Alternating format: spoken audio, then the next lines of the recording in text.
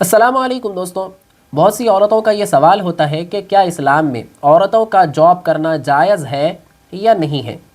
بہت سے لوگ یہ سوال کرتے ہیں اور بہت سی عورتوں کا کہنا ہے کہ حضرت خدیجہ رضی اللہ عنہا بزنس کیا کرتی تھی،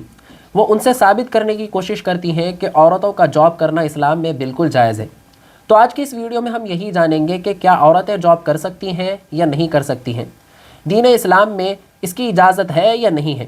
یہی سب اس ویڈیو میں جانیں گے۔ کچھ فیکٹس آپ کو میں بتانے والا ہوں، اور اگر دین اسلام میں عورتوں کا جاب کرنا جائز ہے تو اس کی کیا شرطیں ہیں، کن شرائطوں پر عورتوں کا جاب کرنا جائز ہے، یہ سب کچھ ہم اس ویڈیو میں جاننے والے ہیں۔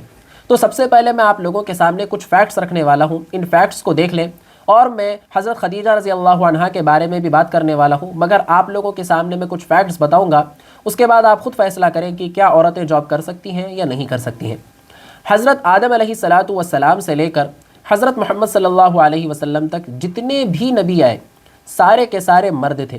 اللہ نے ایک بھی عورت کو نبی بنا کر نہیں بھیجا، کیونکہ نبی کا کام ہوتا ہے اپنے لوگوں کو، اپنے امت کے لوگوں کو دین کی طرف بلانا،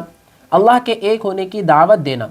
لوگوں کو اچھی باتوں کا حکم دینا، لوگوں کی طرف جا کر دین اسلام کی دعوت دینا، یہ نبیوں کا کام ہوتا ہے اور یہ مرد کر سکتا ہے۔ اگر عورتوں کا جاب کرنا جائز ہوتا، اگر اللہ تعالیٰ کو پسند ہوتا،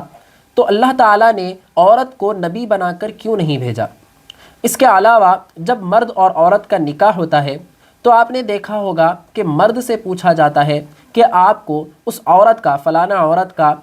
نفقہ یعنی کہ کھانے پینے اور پہننے کا سب کچھ ذمہ داری اپنے سر لینا ہے۔ عورت کو یہ سوال کیوں نہیں کیا جاتا کہ آپ کو اس مرد کا، فلانا مرد کا خرچہ اٹھانا ہے، اس کی ذمہ داری اپنے سر لینا ہے، آپ کو ذمہ دار بننا ہے، اس کے کھانا کھلانے سے لے کر اس کو پنانے تک کا، یہ سب کچھ جو ہے آپ کو اپنی ذمہ داری اپنے سر پر لینی ہوگی۔ یہ سوال عورتوں سے کیوں نہیں کیا جاتا۔ اس کے علاوہ اب بہت سی عورتیں کہتی ہیں کہ حضرت خدیجہ رضی اللہ عنہا تو جاب کرتی تھیں، بزنس کیا کرتی تھیں۔ تو آپ کو میں بتا دوں، سب سے پہلی بات، حضرت محمد صلی اللہ علیہ وسلم کو جو قرآن نازل ہوا وہ 40 سال کی عمر میں نازل ہوا،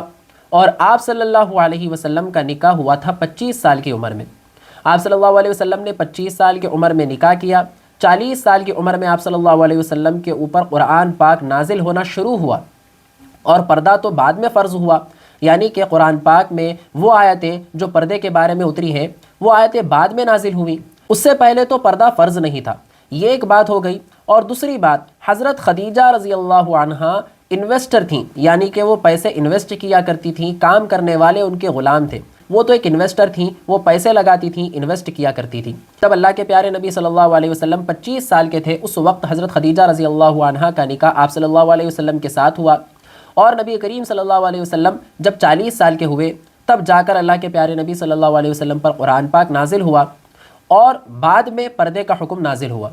تو سب سے پہلی بات، یہاں پر دو باتیں آتی ہیں کہ حضرت خدیجہ رضی اللہ عنہا خود کام نہیں کرتی تھیں، وہ انویسٹر تھیں، وہ پیسے لگاتی تھیں، کام کرنے والے ان کے غلام تھے۔ اور دوسری بات یہاں پر نوٹ کرنے والی یہ ہے کہ اللہ کے پیارے نبی صلی اللہ علیہ وسلم کے اوپر قرآن پاک میں پردے کا حکم بعد میں نازل ہوا، اور اس سے پہلے حضرت خدیجہ رضی اللہ عنہا بزنس کیا کرتی تھیں، اور نکاح کے بعد تو پوری ذمہ داری اللہ کے پیارے نبی صلی اللہ علیہ وسلم نے اپنے سر لے لی تھی، بزنس اللہ کے پیارے نبی صلی اللہ علیہ وسلم سنبھالا کرتے تھے۔ تو اس سے آپ کو جواب مل جانا چاہیے کہ عورتوں کا جاب کرنا اسلام میں کس حد تک جائز ہے یا نہیں ہے۔ اب چلیے یہ جانتے ہیں کہ کیا دین اسلام عورتوں کو جاب کرنے کی اجازت دیتا ہے یا نہیں ہے، شریعت میں کیا حکم ہے، چلیے جانتے ہیں۔ دیکھیے، دین اسلام میں اگر کوئی عورت بہت مجبور ہے، اگر وہ گھر کے باہر نہیں نکلتی ہے، اگر وہ گھر کے باہر نہیں نکلتی ہے تو اس کا گھر نہیں چلے گا، اس کے گھر میں فاقہ پڑ جائے گا، تو ایسی حالت میں عورتوں کا جاب کرنا جائز ہے۔ اور دوسری شرط یہ ہے کہ نامحرموں سے دور رہنا، نامحرموں سے باتیں نہ کرنا، اور جتنا ہو سکتا ہے نامحرموں سے دور رہنا۔ اگر کوئی عورت پردے میں رہ کر نامحرموں سے دور رہ کر کوئی کام کرتی ہے تو اس کے لیے وہ بالکل جائز ہے۔ اب دیکھیے، یہاں پر ایک اور بات میں کہوں گا کہ دین اسلام میں ایک عورت بنا محرم کے حج کے لیے بھی نہیں جا سکتی ہے، حج کے لیے بھی نہیں جا سکتی ہے، نہ ہی تبلیغ کی محنت کے لیے کہیں جا سکتی ہے، بنا محرم کے وہ کہیں نہیں جا سکتی ہے۔ تو پھر ایک عورت بنا محرم کے جاب کے لیے کیسے جا سکتی ہے؟ اور اس کے علاوہ دنیاوی اعتبار سے بھی اگر آپ دیکھیں تو اگر کوئی عورت باہر جا کر جاب کرتی ہے تو اس کے اندر کہیں نہ کہیں یہ سوچ آ جاتی ہے کہ اب اسے مرد کی ضرورت نہیں رہی۔ مرد جب کماتا ہے تو وہ یہ سوچتا ہے کہ میں اپنے بیوی بچوں کو کیسے خوش رکھوں، ان کو میں کیا کروں ایسا کہ وہ لوگ خوش رہیں، ان کے لیے میں کیا کر سکتا ہوں، ان کو کیا لا کر دوں۔ لیکن عورت جب کماتی ہے تو اس کو سب سے پہلے اس کی سوچ یہ بن جاتی ہے کہ اب اسے مرد کی ضرورت نہیں ہے، وہ مرد کے بغیر بھی رہ سکتی ہے۔